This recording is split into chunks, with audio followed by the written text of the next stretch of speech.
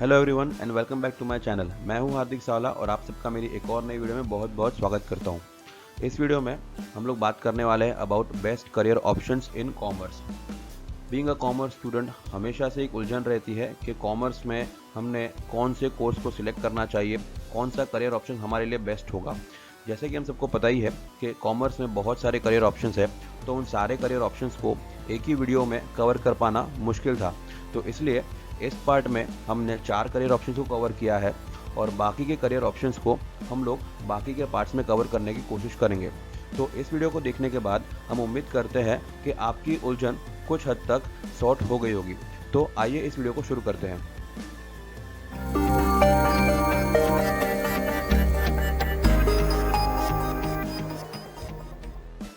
पहले कोर्स के बारे में बात करने से पहले हम ये बता देना चाहते हैं कि हमने कोर्सेज को यहाँ पर रैंडमली सीक्वेंस करा है।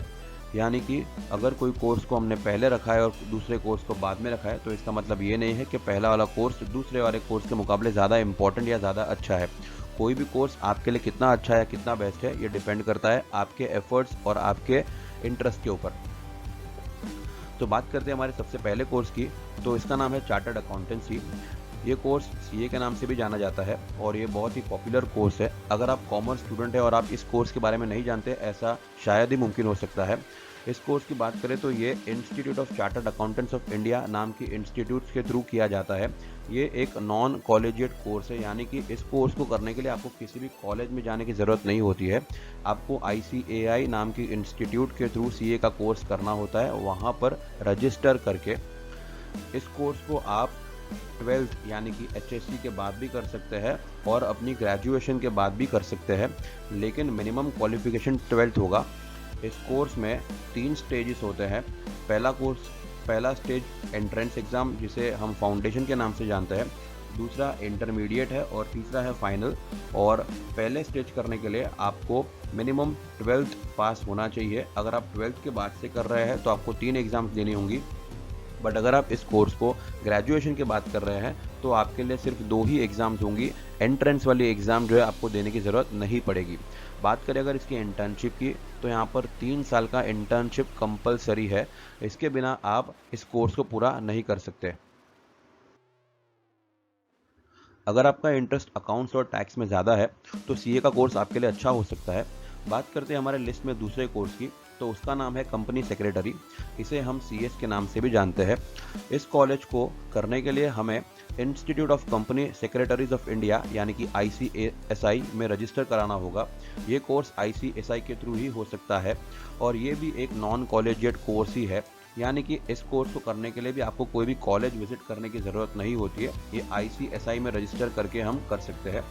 इस कोर्स को स्टार्ट करने के लिए आपके पास 2 ऑप्शन होते हैं। या तो आप 12th यानी कि HSC के बाद भी कर सकते हैं, या तो आप अपने ग्रेजुएशन के बाद भी कर सकते हैं। अगर आप इसको 12th के बाद करते हैं तो आपको 3 स्टेजेस क्लियर करने होंगे। पहला इसका एंट्रेंस एग्ज़ाम, दूसरी इंटर एग्ज़ाम और तीसरी फाइनल एग्ज़ाम्स। बट अगर आप उसे ग्रेजुएशन के बाद कर रहे हैं तो आपको 3 के बदले सिर्फ 2 ही स्टेजेस करने होंगे, यानी कि इंटरमीडिएट और फाइनल।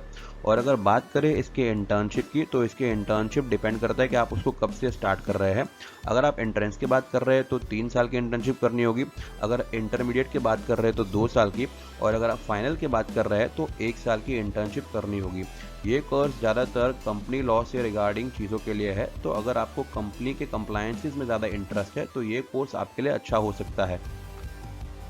अब बात कर लेते हैं हमारे तीसरे कोर्स की, डिग्री इन लॉ।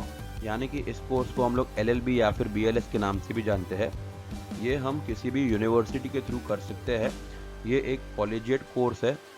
इसके लिए हमें कॉलेज में एडमिशन लेना होगा। जिस भी कॉलेज में ये कोर्स ऑफर करा जाता है वहाँ पर जाके एडमिशन लेकर आप इस कोर्स को कर सकते हैं। इसे हम ग्रेजुएशन के पहले भी कर सकते हैं और ग्रेजुएशन के बाद भी कर सकते हैं। BLS जो है इसे हमें ग्रेजुएशन के पहले करना होता है और इसका ड्यूरेशन 5 इयर्स का होता है। बात करें अगर LLB की, तो ये ग्रेजुएशन के बाद ही हो सकता है और इसका ड्यूरेशन 3 साल का होता है। अगर इसके इंटर्नशिप की बात करें तो इसके इंटर्नशिप का जो कोई फिक्स्ड ड्यूरेशन नहीं है। ये यूनिवर्सिटीज़ टू यूनिवर्सिटीज़ डिफ़र करता है और कॉलेज टू कॉलेज भी डिफ़र कर सकता है। तो अगर आपको लॉ में ज़्यादा इंटरेस्ट है तो आपके लिए ये बेस्ट करियर ऑप्शन प्रूव हो सकता है। अब बात कर लेते हैं हमारे लिस्ट के चौथे कोर्स के बारे में। तो हमारी इस लिस्ट में जो चौथा कोर्स है वो है मास्टर्स ऑफ बिजनेस एडमिनिस्ट्रेशन। इसे हम MBA के नाम से भी जानते हैं। MBA को आप अलग अलग फील्ड में कर सकते हैं, डिपेंड करता है आपका इंटरेस्ट किस फील्ड में है।